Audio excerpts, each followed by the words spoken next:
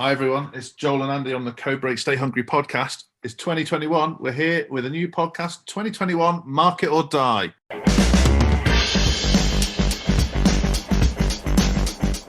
Andy, how you doing? Very good, very good. How are you? All right, yeah, live and kicking, ready for... When did I last see you in person? Early 1980 something? Yeah, early December we saw each other briefly, I think. Mad, isn't it? Yeah, we're being very strict as most of the country is, and yeah, Zoom is cool, but I'm quite looking forward to getting back into the office whenever that may be. But no, business is running well, to be honest, and obviously it's running well for lots of people, although some are too scared to say so because they might get shot down.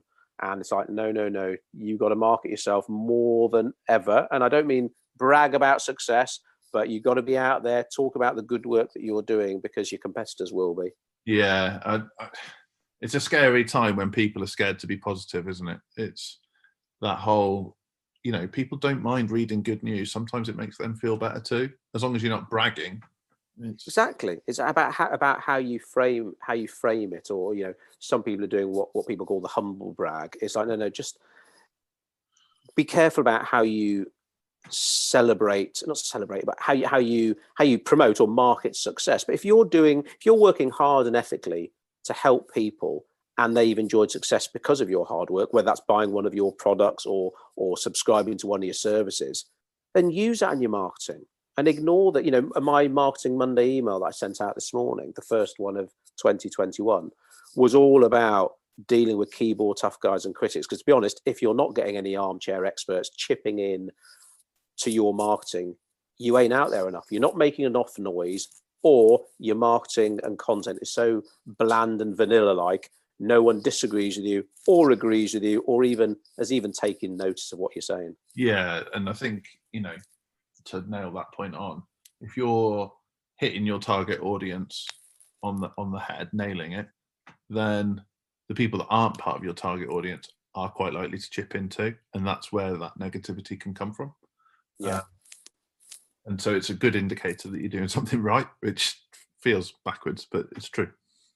It's that fear, isn't it? I think we're seeing, obviously a lot of people are talking about fear. A lot of people are reading and learning up on how to deal with fear, because a lot of it can be the online criticism.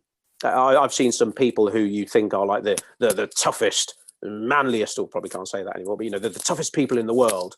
But even it was David. Was it David Goggins or Joe Rogan? David Goggins, I think, was saying, and who literally probably don't get any tougher than him, saying that every now and then a comment made on social media will get through a chink in his armor. Yeah. And this is a guy who's, had to fight in war. So he's been in some pretty shitty situations. But it just goes to show that even these sort of superhuman kind of people, they're human as well. And that they can sometimes let keyboard warriors affect their mindset. And I think for business owners out there now, you've got to protect yourself, get that kind of fear bubble, whatever you want to call it, to make sure that you don't stop spreading the word because of what someone might say. Yeah, absolutely. I think that's such an important thing. Is we saw it through 2020. A lot of businesses opted to stop or slow down their marketing, not necessarily for financial reasons, but because they didn't want to be seen to be out there when other businesses were struggling. God forbid they be busy when other people are struggling. Yeah, exactly that. And now they're feeling the pinch because of that. It isn't because there isn't demand for what they do. It's because somebody else has trod on their toes because they took their eye off the ball in terms of their marketing. Yeah. I mean, you've always got to have empathy, of course, for what's going on in the world and stuff. But to a certain extent, unfortunately, there's always shit happening. And there isn't, haven't been any situations like this before. Well, not for hundreds of years anyway. But there is still good work being done. There are still new companies being created, or there are still companies going from strength to strength. And it would be such a shame if someone was wanting to set up a new business or take their existing business to the next level, again, because of that fear of what someone might say. Someone might say, oh, don't you realize there's a pandemic on? Oh, all very well for you. Thank God you don't work in the restaurant industry like I do, because we've been decimated. And that's just the way it is. Oh, I was chatting to somebody yesterday who, when Bitcoin crashed in March, he put a lot of money into Bitcoin. Oh, okay. And then he sold over this weekend. Right. So I think he bought at $3,000 per Bitcoin and sold at $32,000 per Bitcoin. Wow. He was telling me, because he's got nobody else to tell, because he was worried about how people would react to someone kind of making hay when the sun isn't really shining, sort of thing. And I said, well, what does it mean for you? He said, well, I put enough in that I can pay off my mortgage now. Blimey. And I said, well, the person in question's 31 years old, and I said, well, that's absolutely amazing. Wow. You know, you've literally changed your life for the better, and for your wife's life for the better, and your child's life for the better. You shouldn't be ashamed of that. Admittedly, don't go into the pub and start telling random people. But, can you lend me a tenner? but that's awesome. You know, you took a punt on something when other people wouldn't, and you've reaped the rewards for that. You shouldn't be ashamed of that sort of thing.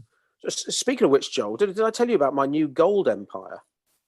Oh, really? Have you started to buy some sovereigns? I've started investing in gold. Using that that Tally Money app I talked about. Yeah. And I've got £300 in there now, Joel. Do you know how much it's worth, though? £302? No, £305.77. Oh, that's not too bad in a month. That's all right, isn't it? Better than the bank. It's not going to pay off my house, but well, exactly. So I can take money out when I want. I've got a debit card. I can pay for stuff like a normal debit card. But yeah, the money I put into it buys gold. And it's like, oh, it's a bit of fun. But no, what else are people investing in now? Fine art. Classic, that's a good one. Fine art, yeah. Because didn't you say something about you can not write it off against tax or something? What was it? Some financial thing. Art and gold is tax allowable. Yeah, you can buy it as an asset for your business. Obviously, the business owns it, not you, but it increases the value of your business. Does Codebreak need to start buying some gold? Or some fine art. Some fine. Well, yeah. So I've got lots of fine art hanging up in my house. not £10 paintings from IKEA, I promise you. Yeah, you have to. It's subjective, isn't it? That's the problem with that. Did I tell you that we got this massive big canvas in our dining room of this old Indian man with a turban, and I'm sure lots of people just assume it's like one of my old relatives or something, and I'm just too embarrassed to say no. It's just a 20 quid print Emma like the look of in IKEA. Yeah, we got it from the range.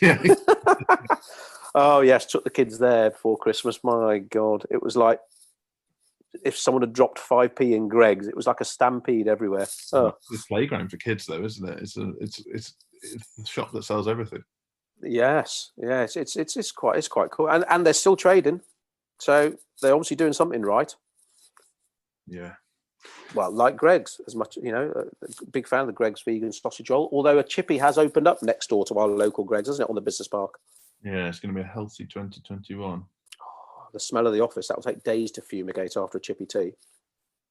Yeah. Yeah, I totally forgot what we're talking about now. Market or die in 2021. Not gold. Not gold. Not curry sauce. Not curry sauce.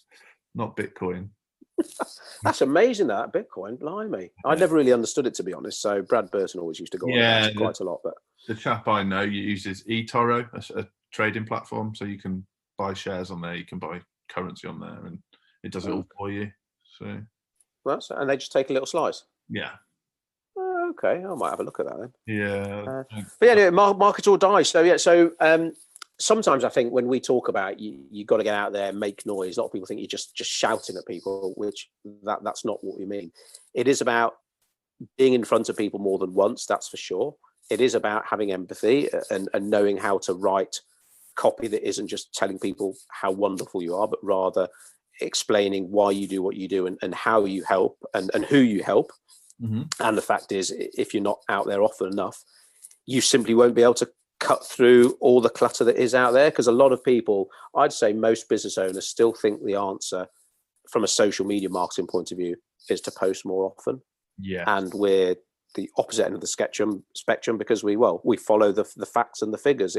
There's no theory behind it. Posting more often ain't going to do you any favors compared to paying for social media advertising. Yeah, as long as you're posting consistently, don't worry about it, basically. Because there is a payoff between the algorithm and your paid work if you're not posting at all but trying to do it all with ads. Is what I'm getting at there. Yeah. And organic content, I mean, organic there is to complement your paid for work and all the other work you're doing, the networking, the PR, the expos you're going to or used to go to. So when people come and check your social media out before making a buying decision, they will see up-to-date content that affirms that they'll be making the right decision to get in touch with you. So it is important, absolutely. But you don't need to be posting 50 times a day, because if you're putting that kind of pressure on yourself, guess what? The quality of that posting is going to suffer. And it has nothing to do with the success of your business. That's the crux of it, is unless you're absolutely amazing and you manage to get your post to go viral, or you're right on the cusp of something that's just happened, trust me, your posts are there to just show people what you're about, what you represent, what your values are. They're not going to drive business. Exactly. I mean, it'd be wonderful if all small to medium-sized businesses were like Gymshark or KFC, where organic content, has a team behind it to literally get traction and obviously get good sales off organic content. But again, most of us humble small to medium-sized businesses, it has to be done through paid for adverts. But obviously, don't get me wrong, Gymshark and KFC, they are paying shitloads of money for their marketing as well. Oh yeah, Gymshark's a good example. And I was going to say about the cost of acquisition for a customer. So let's say the average Gymshark t-shirt costs between 20 and 30 quid. I guarantee you, to acquire a customer, it costs Gymshark a lot more than 30 quid. Have you seen my Gymshark gym, like, what do you call them? Not leggings. I used to call them tracky bums. What are they called now? They're not tracky bottoms anymore. I don't know. Do people still call them tracky bottoms then, or tracky bums? They're like joggers or something. I thought joggers were like cotton. Well, these are sort of like, they're kind of warmish and they're almost like Luftwaffe trousers. They're quite baggy around the top, but then they go tight around your calves. Sounds weird. With a little zip at the bottom. Are you just dressing like a 19-year-old at the gym? Well, that's pretty much what my wife said, so thanks for the double support there. But I've got quite used to them now. I think they look quite nice. But it's the first thing I ever bought off Gymshark. I thought, it's pretty cool, actually. And I look around their website, and then I get a few emails from them, a couple of sponsored ads, and it's like... So you factor all that in, and then you realise how much their acquisition cost must be. They've advertised probably at you on Facebook and Instagram. They've got an email funnel running. They've got retargeting running. Yeah. They've got a personalised email campaign running. All these different things that they're doing. But they're banking on the fact that you will be a repeat customer. Yeah. So it may have cost them £100 to acquire you as a customer, but within 18 months, you will have paid that back and some. And then after that, it's all profit. Yeah. Because guess what happens when I start looking at gym stuff? Other gym apparel companies start targeting me as well. So if you're targeting someone once, that's a massive mistake. And I know we've talked about this a lot before, but this year, market or die, literally the smallest of businesses is going to cotton on to retargeting very shortly. And everyone will be doing it. So now it's a good test for us. If we visit a website and don't start getting served ads from that company, we know straight away they are missing a massive trick. Now, maybe they don't know about retargeting, or maybe they simply don't want to pay about it, or they, and I know I talked to a business owner in the beginning of December about this. They really thought their initial marketing was so good that once they've got into people's minds, they would automatically stay there, like by magic or something. It's like, no, you're literally in one of the toughest industries ever out there, mate.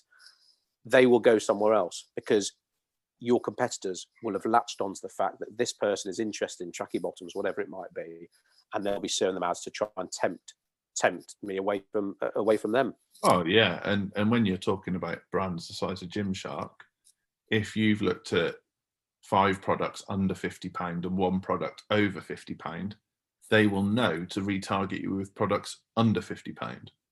Yeah, their data is smart enough to serve you the stuff you're most likely to buy, and that's kind of where small businesses are just starting to catch up to that idea that if somebody's been on my website, that's not enough. I need to serve them content based on how they behaved on my website. And then once they consume that content, I need to serve them the content that will make them do what I need them to do.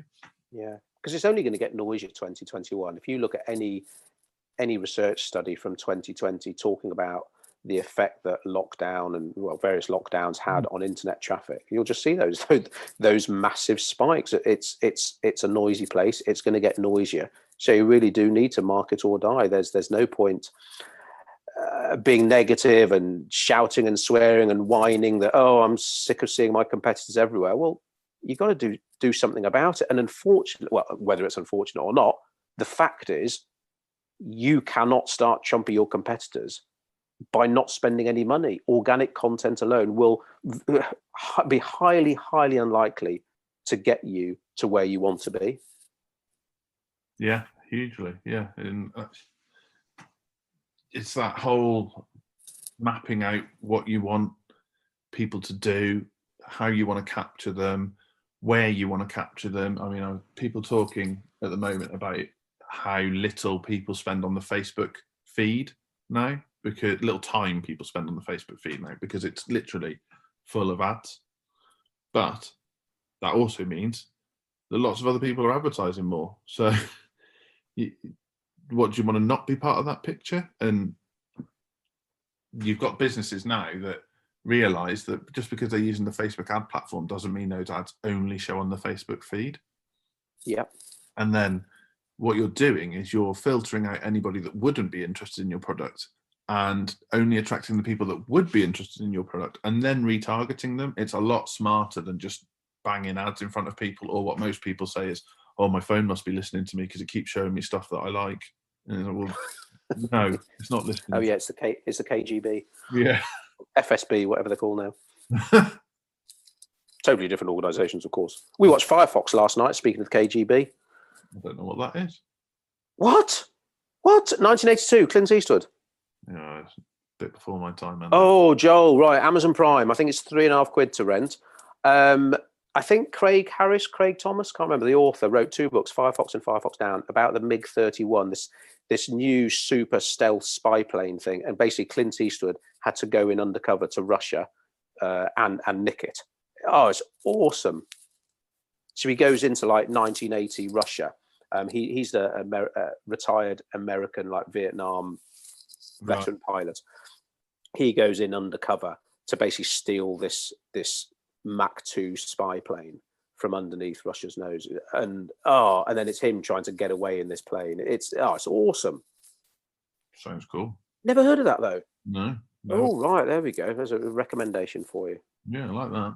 Yeah, it's really, it's onto that. It's all for a bit of Cold War espionage. And super cool planes, obviously. Yeah. Yeah, what's happened? Killed it there. So it's all, I don't know how we got there. How did I get on to talk about the KGB? Oh, so you talk about various devices listening to you. Yeah. It's not a conspiracy then? Well, they might be listening to you. Certain apps are definitely listening to you, but it's like you say, you want to be part of the party, moan about it, but you still. It's like oh, this is going to sound like a really bitter childhood memory, because I got invited to all the parties, but it's like moaning you didn't get invited to a party, but you wish you had been invited so you could have gone, and it's like moaning about retargeting stuff, yet you still want to be a part of it, mate. Otherwise, you will be losing out, and I presume you want to make money. Yeah. Oh, that was it. I mean, I was sat with somebody before Christmas, and they said, "Oh, I was talking about a certain type of champagne, and then lo and behold, I was served the advert for that type of champagne." And I said, "Well, it's not because you were talking about it you were served that advert. The same thing that prompts you to talk about it is the same data that knew to serve you the advert." And that blew their mind. Wow. Yeah, I suppose. Well, it's everyone's an expert. You've got all this fake news and fake assumptions and thingies listening to you, and it's like, no, you've got to. It's like we talked about frequency of posting earlier. Follow the facts and figures, not what your mate Karen in Northumberland says, because she read about it once on Reddit. Yeah, it's the facts are freely available. Just Google it. Funnily enough, just Google up social media posting frequency or something, and you will find case studies done into it, and follow the numbers. Yeah, And they'll also there'll always be the exception to the rule that yes, a new small to medium sized business launched and they didn't have any advertising budget. They did everything organically, and the word of mouth fairies went around sprinkling their fairy dust, and everyone magically bought off them. There will be rare cases like that, but unless you're a massive risk taker and gambler, you've got to make the odds work in your favor, and that comes by spending money on ads done the right way, not just bang out any old Facebook ad at 100 quid a day. Do your research in what kind of ad images to use, what kind of copy to use, how to test various headlines, and then you follow them, which ads are working better than others, and divert your budget towards those ones, the ones that are making you a better return. Well, that's what I find tricky, is the amount of businesses we bump into who either historically or intentionally, as in they're a new business, their marketing budget is based on however much money they make the previous month. So they say, right, well, I'm not going to do any marketing until I make some money, and then I'll only do as much marketing as I can afford as a percentage of the money I made the previous month. And it's like, well, how on earth do you intend to get anybody through the door then? Well, lots of people know who I am. Well, yeah, but it only goes so far. Goodwill and loyalty. It's lovely and comforting and fluffy and warm, but the reality is that people will look after themselves first, and they might say, "Oh no, if you set up a business doing beauty treatments, oh, I definitely come to you," and I definitely. It's like no. When you're actually there, saying, "Right, open your wallet, then give me your money," the tune can often change. Absolutely. And oh yeah, I've been with my same hairdresser for 30 years. I'd never leave them. No, you can never look after them, of course, absolutely look after your customers, but don't assume they will always stay with you, because if you watch Under Siege 2 if you don't believe me. The assumption is the mother of all fuck ups, and too many people just assume, oh well, no, I look after them and they've been coming to me for 30 years, so why would they go to another hairdresser? Yeah. Because another hairdresser opens up a little bit closer to them, a little bit cheaper, a little bit faster, whatever it might be.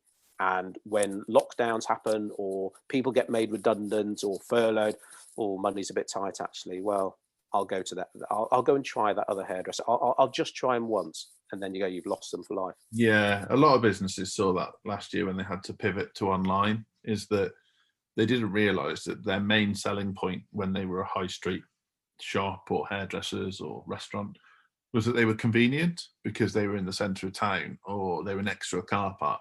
And when they suddenly have to sell their chef box online or they have to sell vouchers for haircuts online, they had no clear route to acquire a customer because they'd never factored that in. They'd never done structured marketing or structured advertising to pull those customers in. So suddenly, where they wholly relied on footfall, they didn't know how to drive traffic to make the same thing happen digitally. Yeah. I mean, word of mouth is it's the best form of advertising. Obviously, I'll ask any business owner, they'll tell you the same thing. But it's also the most dangerous.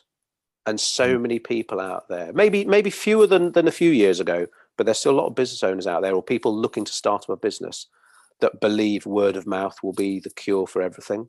Yeah. And especially like the example we've just used, people setting up a new business because loads of their mates have told them, oh yeah, I'd support you. Yes, we all want to support our friends. We all want to support local. But when it comes down to it, money, convenience, all those kind of things, they will trump all the goodwill in the world. And that's just the way it is. Very, my uncle, who I've got different, very difficult political and ideological ideals to him, but he's very anti-Amazon. But to his credit, I've never knowingly seen him shop on Amazon. He would walk to a bookstore, whatever it might be, and support the independent bookstore. Whereas most people I know moan and bitch about Amazon and they don't pay their taxes allegedly and all that kind of stuff. Do you not use Amazon then? Oh yeah, I get deliveries from them 3 times a week. Well, can't have it both ways. Yeah, exactly. That's what you're fighting against. That people might say, oh yeah, of course I support you, all that. You absolutely cannot rely on it. This is the year where you've got to take the bull by the horns, take responsibility for your own destiny, your own business's destiny, and that will be hard work, that will be research, and that will be having some kind of marketing budget, because you can't go out and buy a new car and then say, well, what petrol are you going to put in it? Oh, I haven't got any money to put petrol in it. Well, what's the fucking point of that then? You get this beautiful new car, it's going to be sat in your garage. That's like starting up a business and not having a marketing budget. Yeah. We talk about cars a lot when it comes to analogies, don't we? You do. And I know fuck all about cars. It's very true, though. It's very true. The amount of businesses this year that are either going to start up because the reality is lots of people have taken redundancy or been furloughed for too long and left their jobs and decided to go it alone, and full respect to those people. They can start their businesses or try and get their businesses going again following a pretty horrendous 2020. And unless they're seriously thinking about their marketing, they're competing in a marketplace that has changed so much from a year ago that they're just going to get lost amongst the noise, because, you know, the high street doesn't exist like it did right now. Most things are digital or delivery, and you've got to have a plan to acquire those customers, get yourself in front of the right people, retarget those people, and know exactly how much you'd be willing to spend to acquire a customer, because you know what the lifetime value of that customer is. And if I'm honest, there's very few businesses that we speak to that have got those figures. It really is one of those sort of boring but important, in fact, boring but vital things to know, because, you know, most people don't like maths. You know, I certainly don't. But to know, like say, to know how much a new customer's worth to you, and to accept a figure of how much you're willing to spend to acquire that customer, it's just stuff that just most people don't think about. And even if they know about it, it's like, yeah, I'll put it on I'll get onto that tomorrow pile. Yeah. And obviously that tomorrow never comes. And it's so important to know that, you know, okay, you're going to open up a gym and the membership's £50 a month, and I know, so you say you're doing a contract for 12 months. So right, so a new gym customer is going to be worth 600 quid. I didn't even need my calculator for that, John.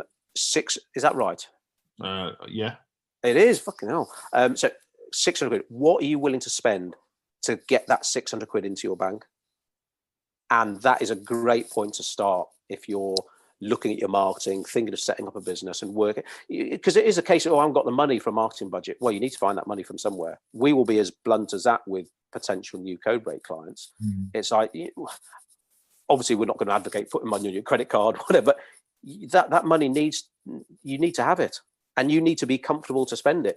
We will not take a client on board who we think is going to have sleepless nights because of the money they're going to have to spend on their advertising. Well, someone that we work with refers to it as the cost of doing business.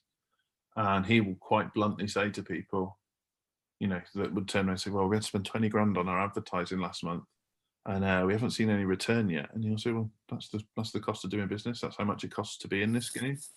And that's a bitter pill to swallow for some businesses, but also the reality of what we do is there's never been a better time to be in business in terms of how easy it is to put yourself in front of people, but that comes at a cost.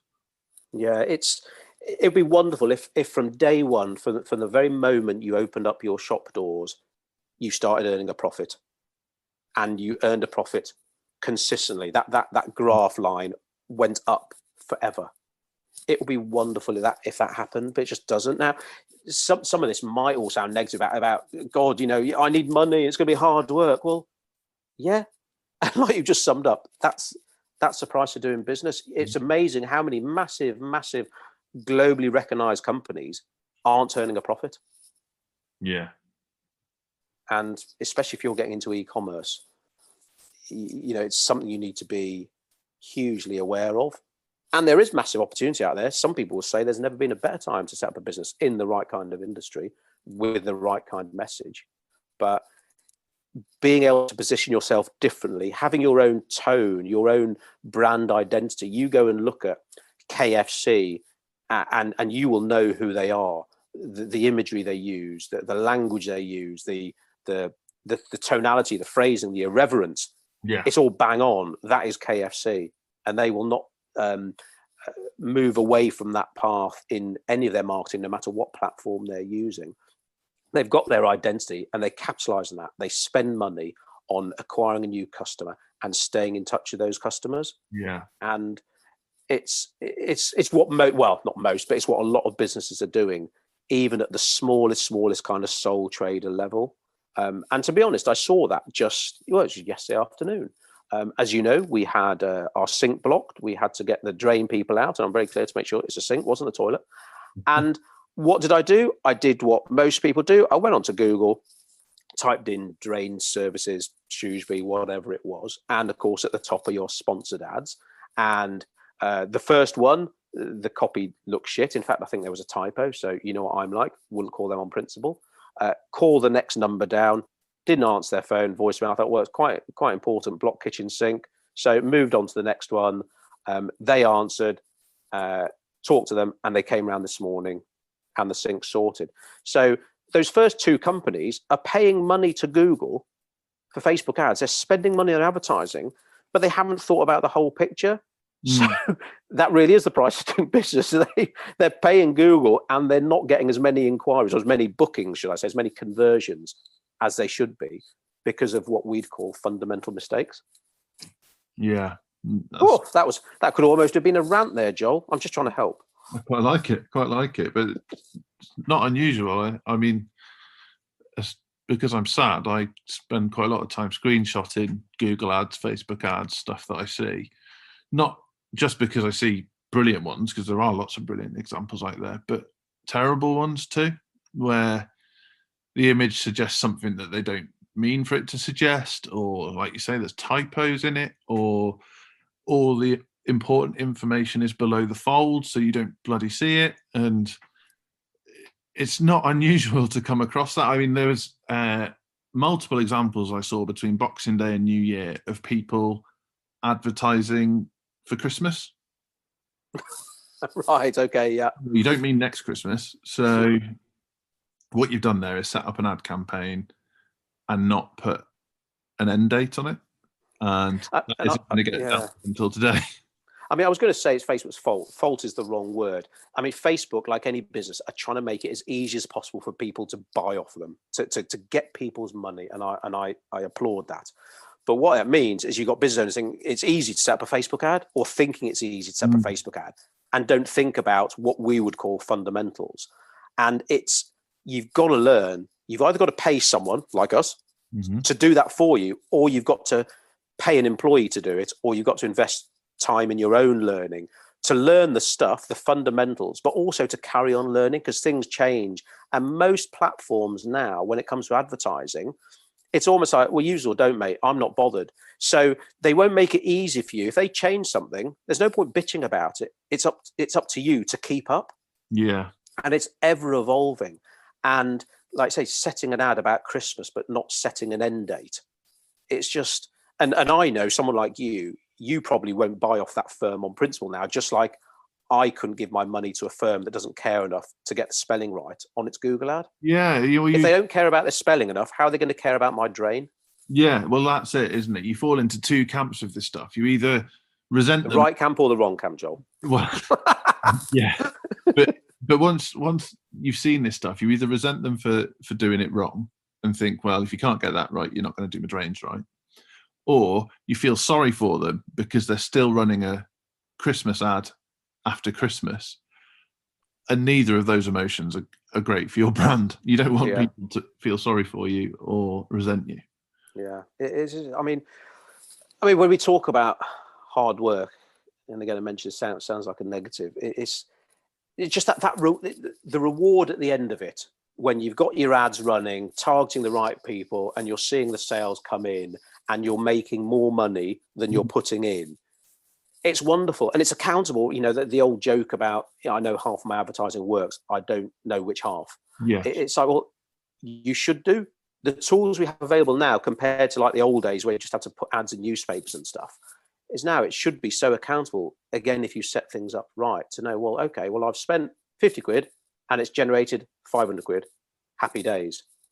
And hopefully you're the kind of business owner who is happy to have parted with that 50 quid, not resenting the fact that you've had to pay £50 to acquire £500 worth of customers. Exactly that.